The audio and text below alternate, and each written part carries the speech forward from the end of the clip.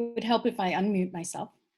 Hi, welcome everyone to muraLAB, and today's session is Art in Action, Connecting While We Can't Gather.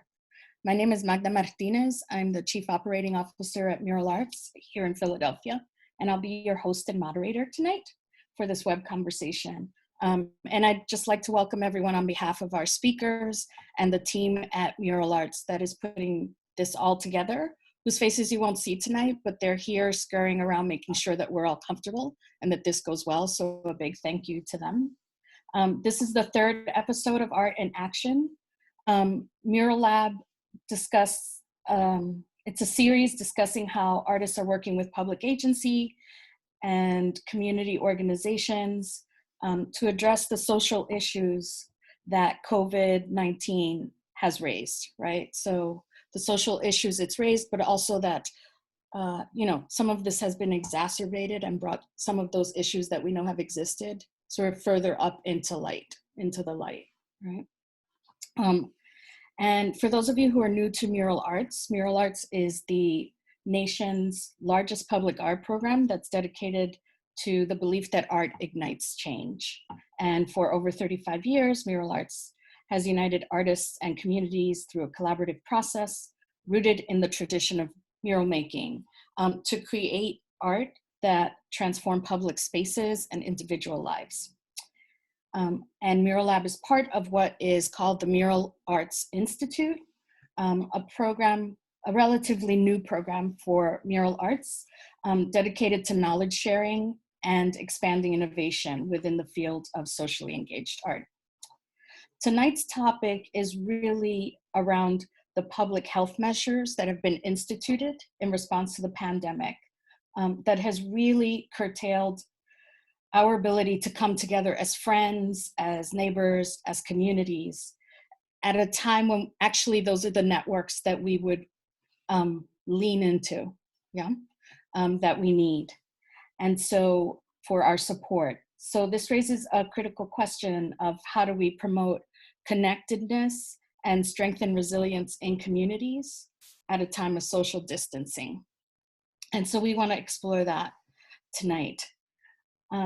And at Mural Arts, we've been really fortunate, and we can draw from a really large group of thinkers and doers, conveners, instigators who are all here on the panel today, to really who are working at the intersection of art and community and place. So I'd like to do a brief introduction of our three panelists here tonight. First is Roberto Bedoya, who's the Cultural Affairs Manager for the City of Oakland, where he recently shepherded the city's cultural plan, Belonging in Oakland, a cultural development plan. And throughout his career, Roberto has consistently supported artist-centered cultural practices, and he's advocated for expanding the definition of inclusion and belonging in the cultural sector. Pam Bridgeforth is the Director of Programs for the Philadelphia Association of Community Development Corporations.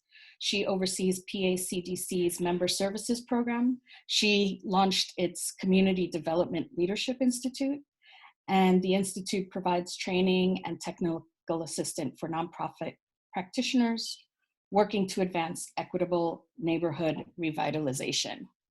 That's a big job, Pamela. It's a lot in that sentence. And finally, we have Shira Wilinski, who is a community-based multidisciplinary artist and teacher. You can see her murals throughout Philadelphia. In 2012, she co-founded Southeast by Southeast, a supportive community space for immigrant and refugee families that's operated by Mural Arts Philadelphia. And since then, she has helped spearhead two other community centers, Northeast Passage, a similar space in a neighborhood in Philadelphia referred to as Oxford Circle. So I want to thank you all for joining us tonight. So hello, everyone. I was a mouthful. So first, I'd really like to help people understand who each one of you is, and your thinking. So I'm going to start with Roberto. And I was hoping that you could talk a little about this concept of belonging and what it means to say that culture is a lived practice, and how that's influenced your work in Oakland as part of the Cultural Affairs Office. Thank you for that question, and thank you for this invitation. I feel honored to be part of this group. So let me just sort of start off talking about belonging. And when I talk about belonging in my work, I talk about it primarily around the sociology of belonging. I am not a shrink. I don't have understandings of how one personally feels a sense of belonging or disbelonging, though they're related. But I want to look at the structures that create disbelonging, whether it's races, whether it's education, whether it's zoning laws. These are the kind of the reflections I find myself thinking about. Belonging, I've been thinking about belonging a long time before I even got to Oakland. And so when I had the opportunity to create a cultural plan, I said, we need to create a North Star for our community so that we can know how to move forward. And so belonging kind of exists as the North Star for Oaklanders. Those, now maybe not everybody wants it, but yeah, they do. It's a good sticky word. Now, how do you operationalize belonging is the hard work. And that's programmatic kind of discoveries that we need to do that. But it's grounded right now currently in some modest little projects that I've been doing relating to strengthening social ties and networks, and then actually bringing artists into City Hall to have them work with other departments to figure out how their thoughts and their creativity can force kind of new thinkings around systems, all predicated and grounded, excuse me, in this belief in belonging. Can you talk a little about that? And is there a relationship between the idea of culture as a lived practice or lived practices? Say that again. Culture. I was hoping you could just say a little about belonging, and also this idea of culture as lived practices, right? So if there isn't a relationship, but could you say a little more about the idea of lived practices? Well, I'm the Department of Cultural Affairs, so I take a very broad embrace of culture as ways people move through communities, through society, and how they make social relationships. I don't get obsessed about the art object, about art as as siloed in kind of markets or whatever it would be. I really kind of take mindful of culture, and in many ways that's predicated by the fact that I live in basically a city that's been majority minority for decades, mainly African American, then Latino, then Asian, then African American, Latino, whites, Asians. So I'm very mindful that cultural practices may be informal folk traditions, or it may be an experimental poetics happening out at Mills College. And then that's part of my charge to be as a public servant. So I'm quite comfortable with culture as ways. So live practices, like how you walk down the street, man. It's like it's the whistle, it's nice. It's a sign. Yeah, and I think that'll be it'll be interesting as we move through the conversation, to see the ties between that and perhaps the conversation we'll have a little later on. So welcome again, Pam. I'm coming to you next. And I really wanted to ask you, as someone who is working with many, right, CDCs, how do you see community organizations, or how have you seen community organizations use place-based arts and culture as a tool for strengthening creative capacity or equity and identity, right? All of those things, stability and resiliency through your work. I think first and foremost, I love the way Roberto used the phrase belonging. Mm-hmm. I really struggled to find, a way to encapsulate the work that our many CDCs and organizations that are working at the community level are trying to elicit by engaging with artists, partnering with arts organizations, using arts-based strategies as part of their work. And it really is about building that sense of belonging and strengthening it in a way that's both authentic and sustainable. And it's hard because, for some organizations and for some communities, stuff just happens naturally, out of the nature of the people who are at the table thinking about the work and thinking about what could happen to make their neighborhood strong and healthy. And then there are other organizations that have to kind of be encouraged towards that, or at least shown some pathways that are easy, smoother pathways for them to reach. And so a lot of my work at PACDC has been about helping those groups, trying to identify the easy pathways for them to access a means of supporting belonging in neighborhood using arts. Other piece of the work that we are trying to explore is really documenting the complex work that can happen in that, right? Because some of it is intuitive, right? Artistic practice for many, many people it is intuitive. Others it is not, and the energy to use, let's say, in the case of I'm using an arts pathway for neighborhood planning.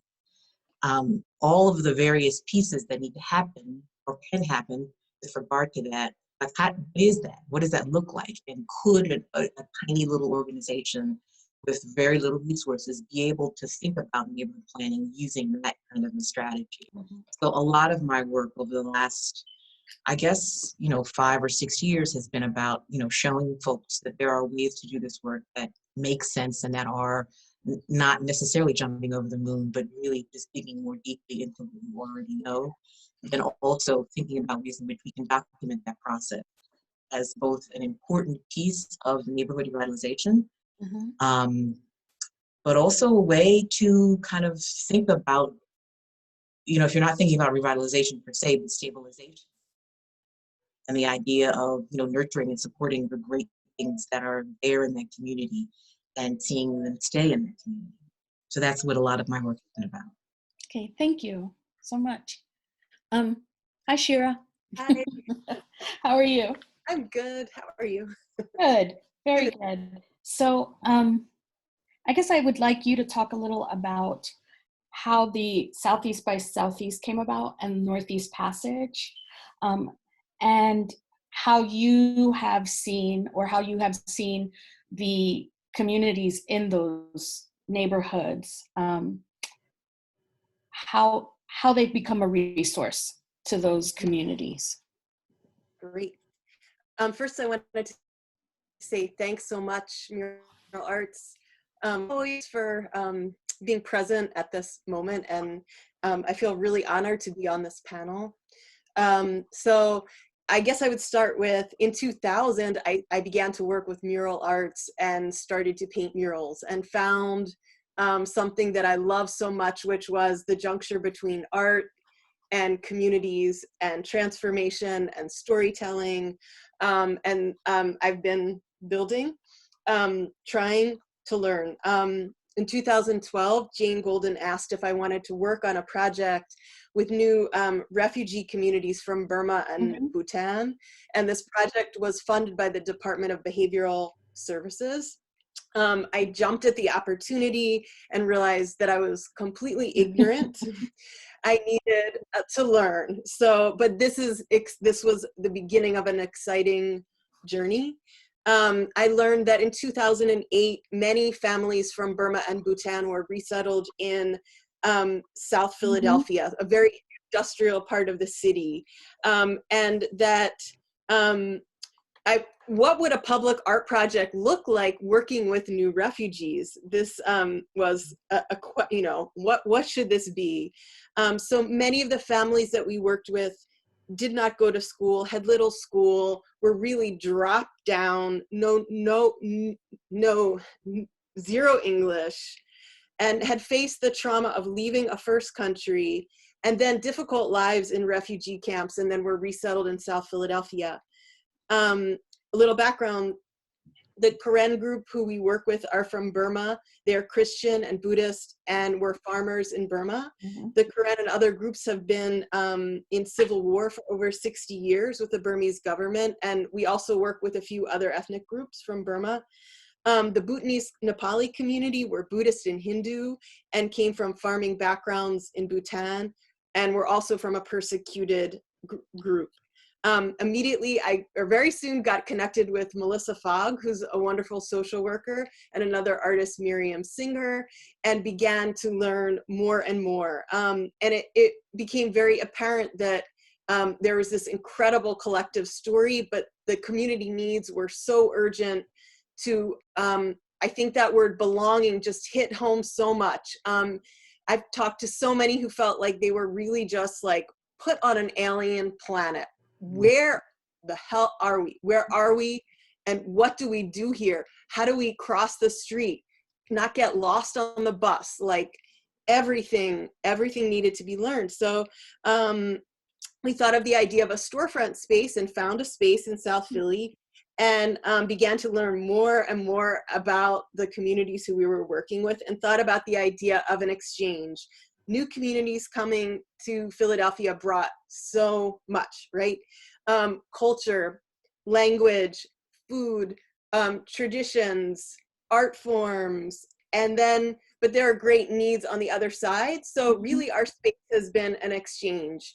How can we could have ESL classes that were very much needed, citizenship classes, kind of like adjustment, and also provide opportunities for storytelling, for weaving demonstrations, for exhibits, for photography shows, for opportunities for dance and performance, and really looking at art as the lived experience that people bring with them, and that this is like a real treasure in our city. So our space has evolved, and up until, oh God, March of 2020, we're holding ESL classes on a daily basis, citizenship classes, events where the goal was to think about really that idea of belonging, how to invite in other people from Philadelphia and new immigrant communities and create opportunities for relationships. So that physical space, that anchor in that neighborhood was something that, like, I treasure that opportunity. It allowed us to build relationships and create networks, bring in volunteers, and we had so much fun too. We really did, all of it, and we learned a lot. And I would also say one more thing, we work very closely with community leaders. Day one, Melissa Fogg gave keys to community leaders, and they guide us in the space. We work together, and I really miss being in the space. And I'll just say, Northeast was also building on that same kind of model. Although we don't have our own separate space, we rent space in Oxford Circle and try to create similar sorts of events and opportunities for communities there. Great. Thank you all so much.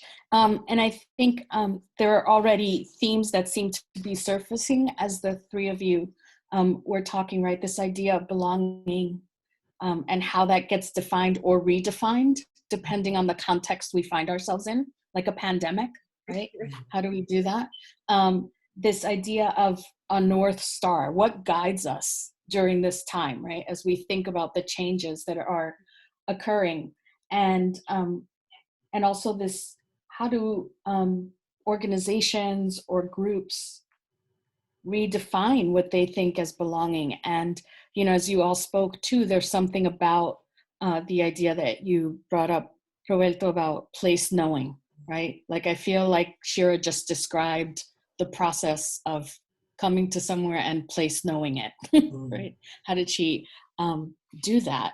And then, so I'm gonna consolidate, time, for time's sake, some questions, and really would like each one of you to take a moment and reflect on what you think, what are you seeing, and what do you think are some new needs and opportunities for artists working in these situations, and also for arts and culture organizations that are working in communities, especially those that might be under duress right now, right? We know that some communities, the impact of the pandemic is greater than in other communities. So what are you seeing, or what do you sense might be opportunities for artists, for shifting paradigms, and the work that can be done?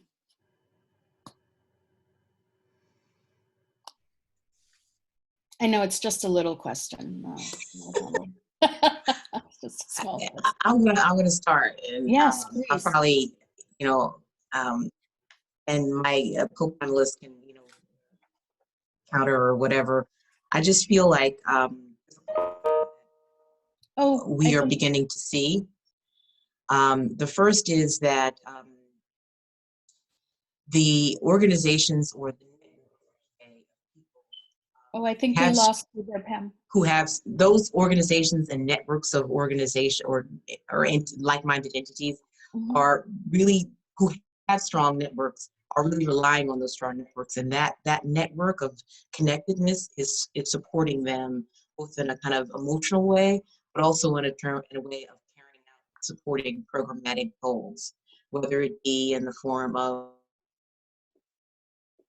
distribution or sharing information about where people can get resources so they can continue to live and survive in their neighborhood. So that we are seeing right out of the bat. The other thing I think we will see as a natural fallout of this work, because of cuts in funding and just the challenge of trying to do work in general at this time in our lives, is that a lot of the structures that we may have relied on in terms of big institutions or big pockets of, there was never any real big pockets of money, but those traditional resources that would support this work, they don't exist anymore. Or if they do, they're existing in very, very much more discrete ways. So, but that doesn't mitigate, that doesn't get rid of the fact that there's still work that needs to happen. So what we are seeing is that people, artists, and community groups are figuring out how to make a way for themselves to continue this work. A lot of people are working hand to mouth as usual, volunteer because they feel so committed and connected to the community. But on the flip side of that, I guess what I'm taking a long way of saying that the idea of the traditional organization, I think, being rethought out of necessity, and more of the strength of what happens in neighborhoods will fall back on the shoulders of the people who live and work in those. Thanks. Roberto or Shira, is there something you'd like to add or say or respond to Pam? Sure, I'll pipe in. We just released a artist relief fund. It took a while for 12 funders to come together to figure out how to put some coin on the table, but we did. And then I heard a couple of scuttlebutts, pushbacks, and it was all good. Somebody said to me, I don't need a relief fund, I need a job. So what the opportunity that lies ahead is, how do we imagine work? A job works program. Mm-hmm. I hear so much conversation about WPA or CETA Arts, Mm-hmm. and how do we get the creative community engaged in this kind of response that our cities are going to deal with. Our cities are going to be, the economic hurt that we're headed into is going to be unwieldy. Mm-hmm. So in some ways we need to figure out what our strategies and our tactics may be around making sure that the creatives get back to work as a form of labor, but also be mindful of that our social capital as a cultural community is the bridge building, the social networks, the relationship buildings, and they're all going to be grassroots. It's not to, and so in some ways, to figure out what those networks will look like. And I guess my last little comment on that this moment of fragmentation. Now, I wish I were the president right now. It's applause. We do too. Neoliberalism. You know what I mean? It's just like, dang, let's make everybody all messed up, and then I'll come out there and I'll steal your property. You know. What do you really think, Roberto? Oh, we can't get Mural Arts in trouble, y'all. Come on, No, be good. it's fine. Don't worry. I love it. Sure. Is there something you'd like to?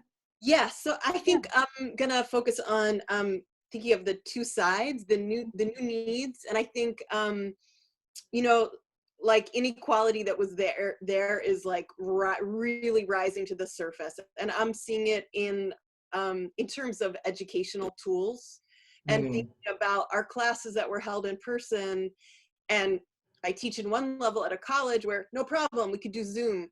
Mm-hmm. Working with the groups at Southeast, that couldn't happen. The computer tools weren't there, but working around it, we do classes on Facebook Messenger, and I've had classes, you know, people are in their bedrooms with their kids, somebody had a headache, somebody's still in the class.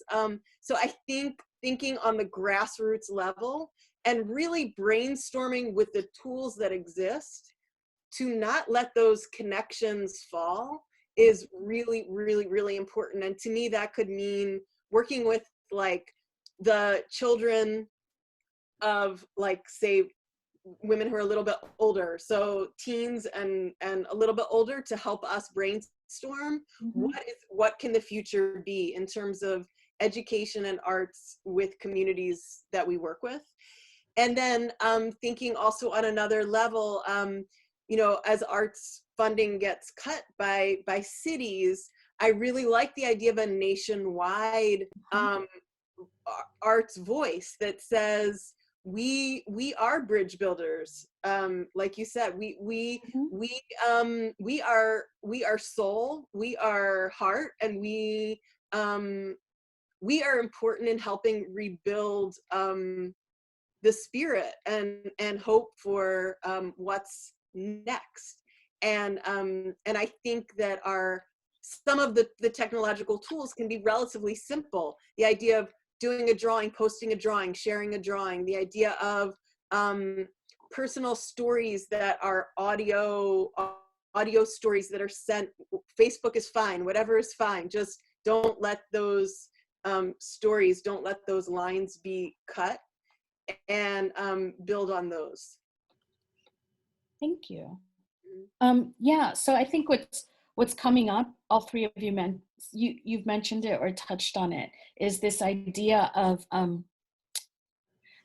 maybe this is a time perhaps not for the traditional institutional model, but a real grassroots sort of social building that movement through a grassroots effort, right? So that it's about the individual and the people in those communities and the people on the ground, right? And how you're interacting with them, how you're really honoring the networks they already have that you can then get to know, right? The place knowing as an introduction. And then also using any networks you may already have, either as an artist, an organization, a local government entity, because I just realized that's what you all represent, which I think is an amazing cross-sector, like pulsing brain right now for me. And so I think I wanted to follow up by asking you all, based on what you're seeing or experiencing right now in your work, what types of artistic approaches or projects or programmings do you think are best suited to these times?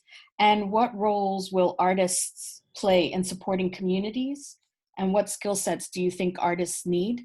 And I think it's also okay to swap out artists with organization, cultural entity, government entity. So what are you seeing now? And what do you think you're experiencing that you, where you see, oh, I think people will need to acquire these skills, right, as artists and as cultural entities in order to move forth and help us sustain community and help us remain connected to each other. And if you have examples, if you've already done some of that work, please share them, because I'm sure people who are watching would love that. I'll start off with a couple of things. Last night I was reading this essay by a writer named Teju Cole, who I love. And the title of the essay is "We Can't Comprehend This Much Sorrow." He wrote it in the context of pandemic. We can't comprehend this much sorrow. History's first draft is almost always wrong. We still have to try and write it. So I guess what I would sort of say, let's fail forward. We don't know what the hell we're going to do. We're going to respond. And don't expect that the artist is going to have the magic bullet. He or she will stumble. They may make a project that will build some better sense of unity, of cohesion, but I don't want to put pressure on the artistic community to be savior. Please, there's enough savior crap out there already. But the storytelling part of what I see seeds in my little community, we last year we had a project called Cultural Strategists in Government. So I had 5 artists work in various departments as thought partners, not making objects, but really putting their creativity and their imaginations to figure out how something may be improved. And you know, the curse of government, and it's just like a bureaucratic nightmare. And everybody's dealing with bureaucracies and how to change them. Mm-hmm. But this idea that the artist as thought partner, as source for radical hope and radical imagination, mm-hmm. These are sort of calls I'm hearing that are coming to the cultural community, and I'm very mindful of the fact that, oh yeah, I can do that. I can figure out. You know, Oakland was the first city that closed down streets to allow people to walk mm-hmm. through it. All of a sudden, you have artists thinking about how do you use streets as public space. That's something different. So mm-hmm. in some ways, I'm kind of love this moment of taking chances and trying to figure out what's gonna stick. Mm-hmm. I would follow that up by saying I agree absolutely with what you say, Roberto. The other piece of that I think is even more important is the biggest tool or the biggest piece of work that I think artists or organizations that are at the table, and it's really not a tool, it's empathy, right? And we discount that, right? We think of it as sentiment or whatever. Mm-hmm. But I mean, to really put yourself into someone else's shoes that is living and working and trying to survive in a new world that is still not even it's not even formed. We're making it as we go along. I mean, that we must be the central guiding voice for all of us. If we really want to take this opportunity of pause, the universe has said to the world, stop, right? Mm-hmm. So it's time for us to be mindful and intentional about listening to what the universe is saying to us about that, and how we might, as people who are trying to stem the tide against, inequitable practices, racial discrimination, sexual discrimination, and abuse and neglect. How do we stop that? How do we take this moment back and build towards the world we really want to see? Mm-hmm. And that you can't begin that process and have it be effective without the empathy. And that also means giving up a bit of your power and a bit of your money and a bit of your attitude about yourself. Get out of yourself's way to get the shit done. Oh, I'm sorry, I'm cursing. But I really feel strongly. I think we're all grown up. It's okay. I really, really feel strongly about this. And this is artists as well as, CDCs, government entities. We sometimes get in the way of our own stuff. We pop our collar and we did this stuff. And because we've done it so well, we can't pivot to do something else that the community really needs.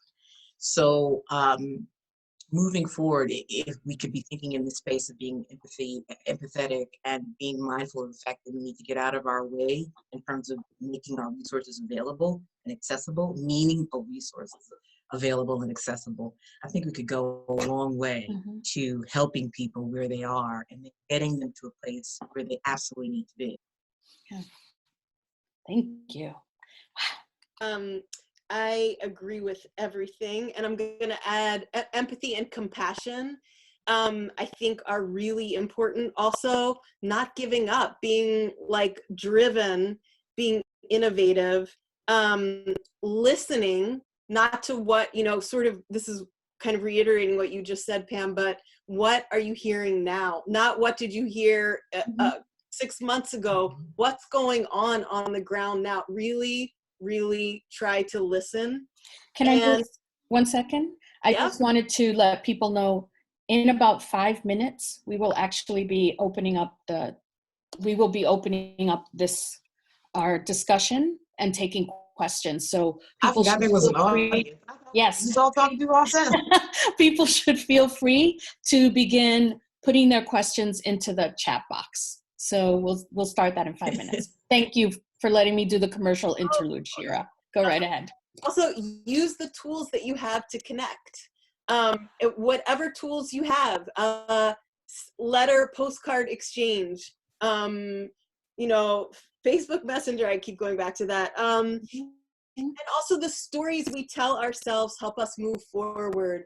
They help us connect to our pasts and to what we know is meaningful and important. They allow us to reflect and get out of the mindset, which is that mindset of anxiety and grief. And I think those stories, that is what art is about. I'm thinking about a project we did last summer, which is my total heart, which is the project Making Home Movies, where we worked with communities to build, and poets to build stories that we turned into films. And I think the opportunity for filmmaking, innovative filmmaking, where are we now? And that idea of being flexible, pivoting, listening, really having heart. And I feel like when you connect, you feel so good too.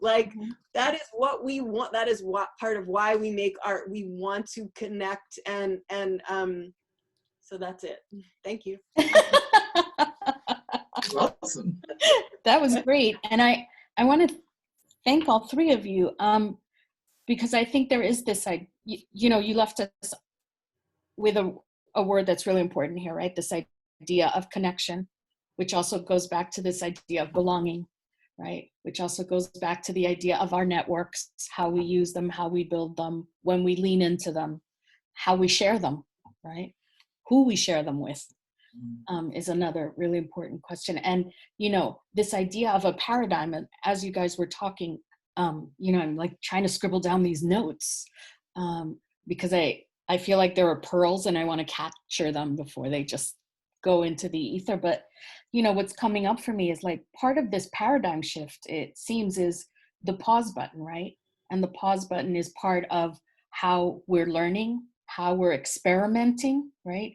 This idea of failing forward, but also this idea of being supported while you fail. I know, right? Which often doesn't happen, but that we need to support people as they experiment, right? That's the idea of experimenting, right? The shifting of the paradigm in terms of the shifting of how we redistribute power and resources at this time, and reimagining the tools we already have, right? Which you mentioned, Shira, right? Like, how do we repurpose things, which artists and creative people do all the time? It's sort of the way their brain works. They can't help themselves. And this storytelling, right? How we tell stories from our past so that we're anchored in something, and to help really move past this grief and anxiety and the time of uncertainty. So I know we're not trying to build a paradigm, but I wanted to point those things out as we're all thinking about what can we do now through the arts and public art, and what might that look like in future as everything shifts, right? So I think we are okay to start taking questions. So there's first question is for any of the panelists. Someone is writing from your new hometown, Roberto, from Oakland, where they run a small nonprofit, and they are asking, sorry. So they're asking, there is an opportunity for small communities like Oakland to incubate the idea of artists as core to the health of the community. How might this occur? How can cities or governments engage with the artists in the community in a new way? But it's also open to any of the panelists who would like to answer. Do I know this person? What? I have no idea. I mean, you know, let's have coffee. I mean, it's easy. I mean, it's easy and it's not easy. Yeah. I'm approachable, so of course I will talk to anybody who's figuring out that they don't or want to figure out what the relationship is to the city. Obviously, we have a grants program. Who knows what kind of money I'll have next year? Hopefully, I'll still have some money. I obviously, you know, believe strongly in social networks, and we've had a project, and I'm about ready to relaunch it if I can get my money, to deal with, you know, arts and it's called Neighborhood Voice, which artists and NGOs work together to deal with the community. Not, I think ultimately, and I don't. This is not a problem for Oakland, but it's really about when you work in community, how do you create agency, and what does that look like, and who does it really well? I know when I walk into a room, I'm the man, you know, and I have to sit there and I have to take it. When a trusted intermediary comes in, it's maybe a different story, but I'm approachable. That's, you know, Oakland person. That's an answer for you. So are there, from your points of view here in Philadelphia, either of you, you know, this idea of how can we help artists, right, be at the core of this, the health of an economy, the health of a community? I think first and foremost, documenting the work that you already are engaged in, right? So many artists, both here in the Philadelphia area and across the country, are already in some form or fashion working at the intersection of like community wellness, right? They may not explicitly say it that way or use that language, but the work that they're embedded in and engaged in on a day-to-day basis is around that. And so, you know, trying to identify, you know, what it is you're doing, how it speaks to wellness, and then articulating that to your funders or your investors and to the community folks that are already engaged with you, to think about, like, how do we talk about this work that we've done over the last 5-6 years or whatever, in a way that talks about how this is impacting this community's well-being, right? This is something we kind of know in the back of our head, but like to lift it up, none of us has real language yet to facilitate that. I do know that there's good scholarship going on around that throughout the country, but I can't point to anything right now to say this is an example or a model. But certainly we know that the work is going on. But again, communicating that, this is the thing, this is the challenge I face all the time with our community development membership, is that they are doing brilliant work that is about the health and wellness of their communities. And nobody knows about it except their communities.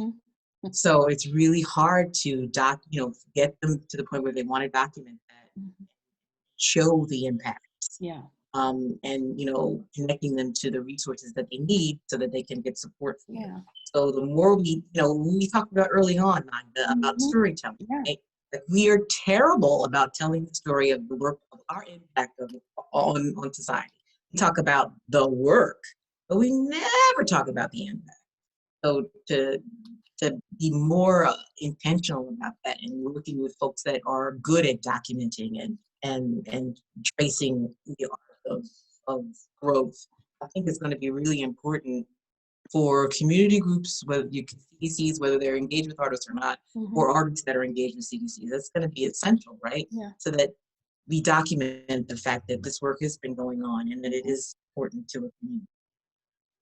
And so I want to reframe just a little bit and also get to sneak in the second question before we run out of time, which is, are there any new ideas that are emerging because of the pandemic? Or are we finding that the importance of existing ideas has become amplified and more urgent because of the pandemic, right? So is there new thinking that's happening, or there's thinking that's always existed that just feels more urgent because of the pandemic? I'm thinking about mural art. I'll just kind of combine the two questions. Yeah, absolutely. And thinking about kind of rebuilding with artists in the city, and just a little bit of a picture of mural arts, thinking about murals as kind of the city story. And again, that potential to rebuild the narrative of the city story, and really focus on unseen communities and community narratives that need to be visible in this time. And I'll put in the broader picture of multiple forms of storytelling: mural, film, audio, podcasts, whatever, to make sure those communities where we've seen so much inequality are there and are present. I'm thinking about the Porchlight program, which is a program that I work for that thinks about mental health and adjustment in the city and the role of art and mental health, and reaching communities that are not going to go to traditional therapy. And right now we're facing so much loss. And to me, I go to draw. Like, when I'm feeling down, that's my go-to, right? So I think there's a lot of potential there. Also, thinking about other programs in Porchlight, there was a program called the Same Day Work Program, which put people who were dealing with issues of long-term housing insecurity to work and paid people a daily wage. Back to that potential to also put money in artists' pockets, money in pockets of people for doing creative work, which satisfies your soul, not just, and makes you want to push forward. I'm thinking about the Guild program at Mural Arts too. All of these different programs that work with multiple communities, and really thinking about the new ideas that have come up. Again, back to use the tools that we have and turn them around and make them fit this moment, with compassion and with innovation. And yeah. So I want you to hold that thought, because I want to come back and ask you all a question. It's a little more specific, but I do want to get to this one because it's a very practical question, and I hope we can help this person. How do I find work? as a graduating artist, how can I get involved with this kind of work in communities when they're just starting to acquire their skills, right, and their experience? So what advice might you have for someone who's just starting out and is really interested in this work? So first, visit pacdc.org. Go on to the resource tab. There is jobs listings there. There are oftentimes listings for internships as well. I would encourage you to look at our membership list and see if there's any organizations that either suit your fancy or close to your neighborhood or in your neighborhood. They're always on the lookout for volunteers and interns that are smart and hardworking. Variably, the smart and hardworking kids get hired at some point. I'm not going to bullshit you. It's not a lot of money. It might not be no money. You show that you have some brains and energy. Come on now. So that's what I can offer in terms of I would encourage you to go back to our website on a regular basis because jobs are posted there all the time. Yes. Both internships, volunteer opportunities, paid jobs, mostly paid jobs. And see, and check out the membership list and see, who's in your neighborhood that is doing some cool stuff that may be looking for an artist type or somebody with some art experience to help them with an after-school program. Well, we can't really do an after-school program now, but some sort of youth engagement program. Rely on the CDCs. They have a tremendous voice in their communities, and they have a lot of work that they need. They don't have a lot of people to do that work.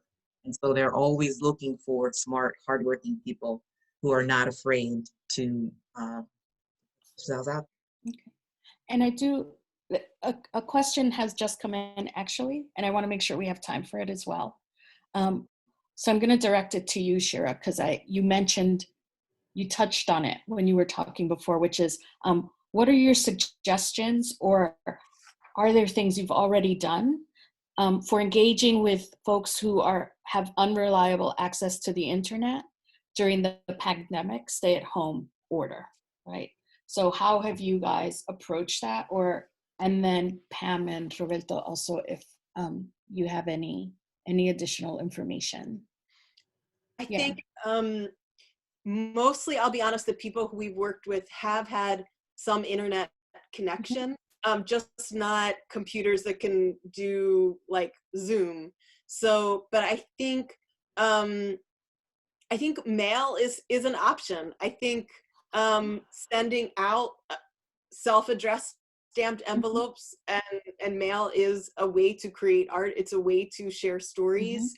It could also be finding the one person in the community who does have internet access, who could be the spokesperson who can relay messages. So I think there are ways around, and possibly as social distancing sort of like eases off a little, the idea of meeting a few people at a safe distance, 1 or 2 people in a park area, make sure you're safe, have your mask, please. But I think start small and build from there. I feel like this is what this time is about. And you may find you get a really meaningful story and meaningful connection.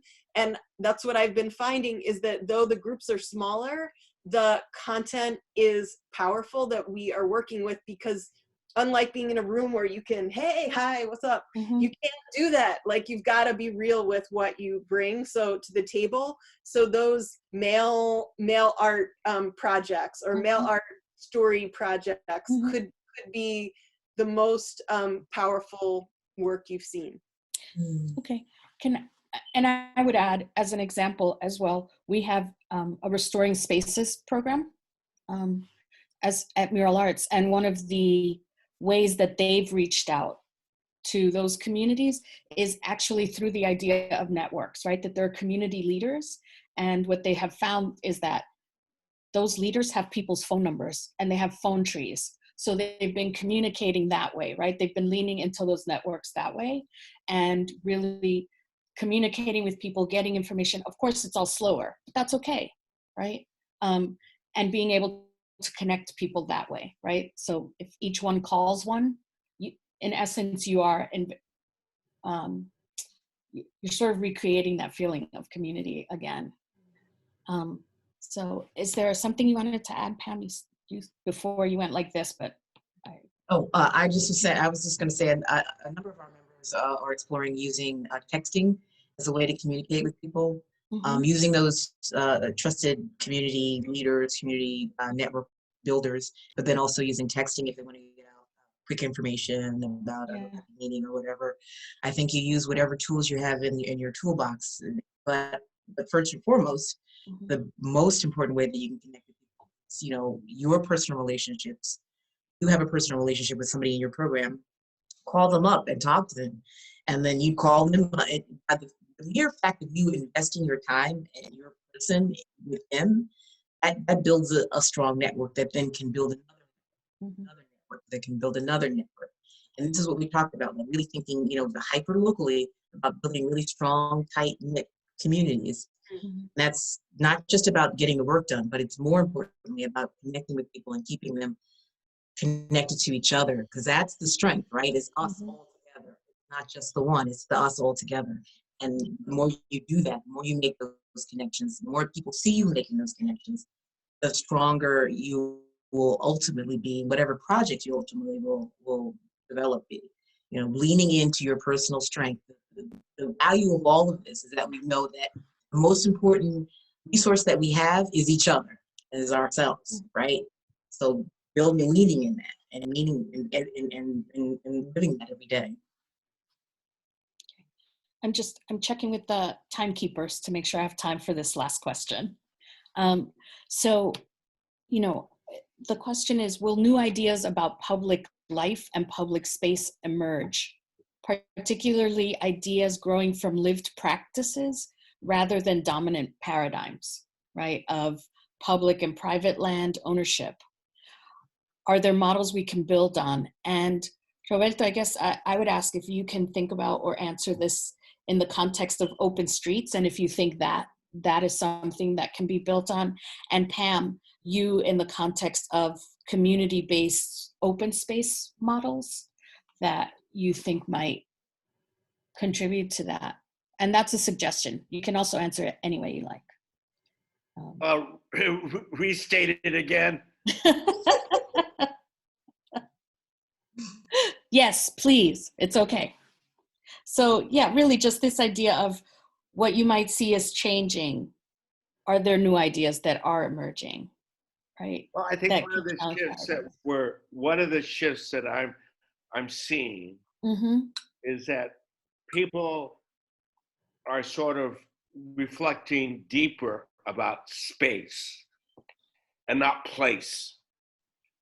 So that place making, which is complicated and a lot of different things going on in there, is now becoming, what does space look like? What happens when the 99-seat house is no longer is a 25-seat house? What happens for the performing arts when they have to go outside to the park? So various notions of space are coming into a moment of reflection, and how do we animate space as a place, kind of weird thing. And I think the other thing that's really important in all this discussion around community and space and place is imagination. And we're lucky, I'm lucky that I get to work with imaginative human beings. I mean, everybody's got imagination, but I think right now, I guess my response is I'm thinking more often these days around space, because I just have to deal with all my presenting arts organizations that are just sort of in this like limbo, right? Here, like, what am I supposed to do with the season? And where am I supposed to have it? And dot, dot, dot, dot, dot. I would just add, I think that we're going to see some amazing things happen out of this that will upend any notions of public space and usage of it, ownership of it, maintaining of it. And I'm not talking about cleaning and sweeping of it. I'm talking about maintaining it as an active space that is open to communities of all different kinds of communities, right? I think that we are in for a very unique and bumpy ride, and it'll be interesting to see who will still be standing at the end. And that to me is actually I'm pretty psyched by that, because like I said, the traditional ideas of organization and who owns and who doesn't own, that stuff's getting ready to be broke down in a real bad way. And so, people know they fight for their lives, right? And, artists and creative types, whether they identify as artists or self-identify as creative types, their notion of staying true to the rules, yeah, that stuff's out there. That's gone. I think people are going to make stuff up as they go along. We're going to see some incredible things. I think that you'll see whole neighborhoods taken over by outdoor live space. I think you'll see theater groups and theater artists doing things, doing Shakespeare and performance arts in neighborhoods that you never see that shit at, right? Never. And now is an opportunity to do that because they don't have no place else to go. So, like, okay, we're getting ready to get down, y'all. We're getting ready to get down. The thing that will keep us all buoyed, I think, is the fact that, we still have people still have share, right? And it's just going to happen. But it will be important, though, I think, for the organizations that are still able to stick around.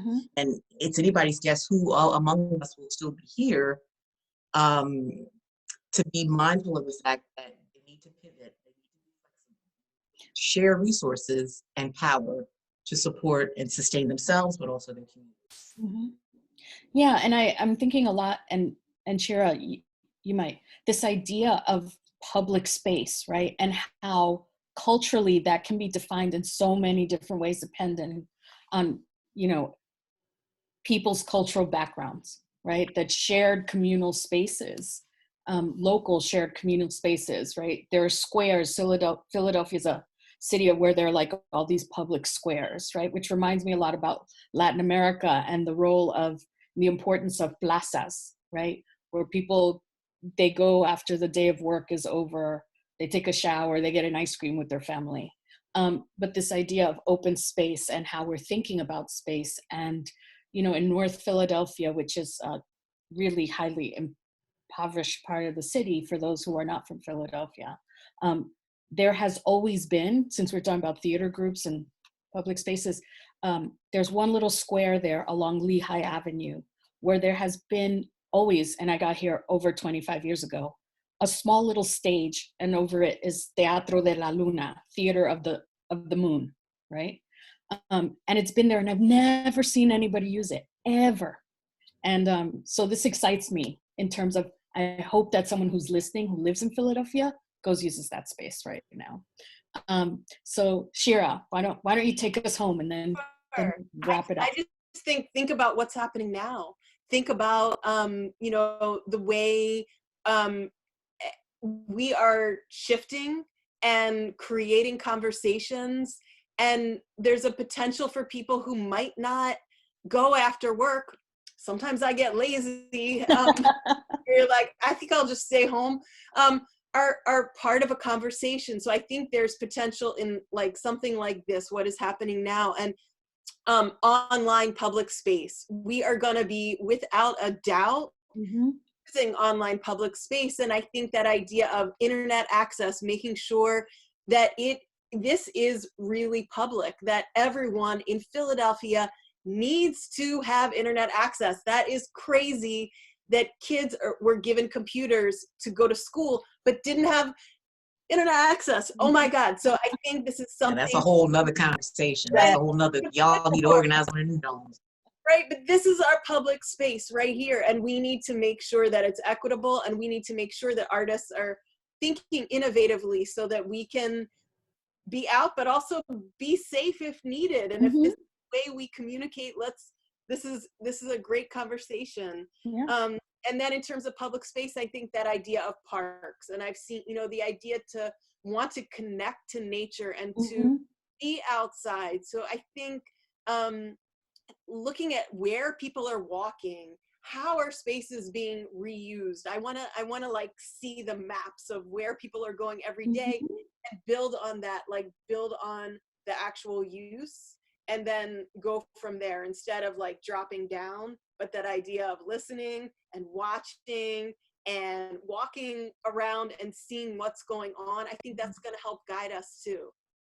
So I wish we could keep going, but yes, we're out of time. But I also just want to say, I am feeling really excited and inspired, actually. I think we went on a ride on this call. No, honestly, and I think we've arrived to a place where, where we're thinking about possibility, right?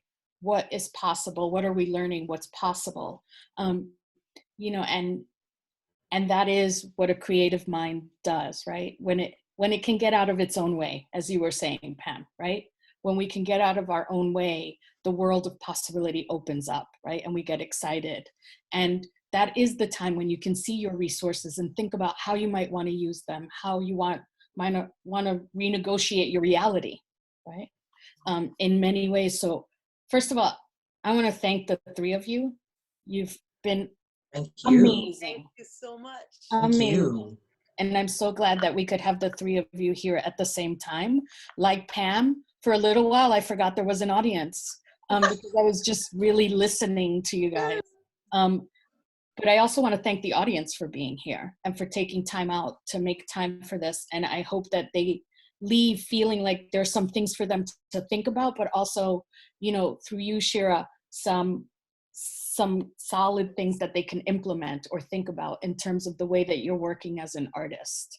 And for all the artists actually who are out there working, right? Trying to figure this out and leading the way for us. And for, people like Roberto and Pamela who exist in those harder to exist spaces where you're trying to negotiate many things and talk about making space, trying to make space for the rest of us there and keeping those, the concerns of many people front and center and present in your planning. And I'd also like to have to thank our funders, the JPB Foundation, Kresge Foundation, Mellon Foundation, that all support the Mural Arts Institute. And you can get more information about what we discussed today by visiting the muraLAB page at muralarts.org, where you'll also find links to our restorative justice resources, video, and audio archives of this talk today, actually, if you'd like to share it with others, and a blog report. And that's the muraLAB page at muralarts.org. And just a reminder, there will be more conversations like this that are on the way. They're planned for the next 2 weeks, every Wednesday at the same time at 5:15. Next week, we'll be looking actually at the intersection of public artists in Philadelphia and personal wellness. So how are we taking care of ourselves during this time of pandemic as we attempt to continue to work and do work and, bring voice to people, right? Help people find voice and amplifying their voice. How are we taking care of ourselves? So tune into muraLAB and log on to our webpage.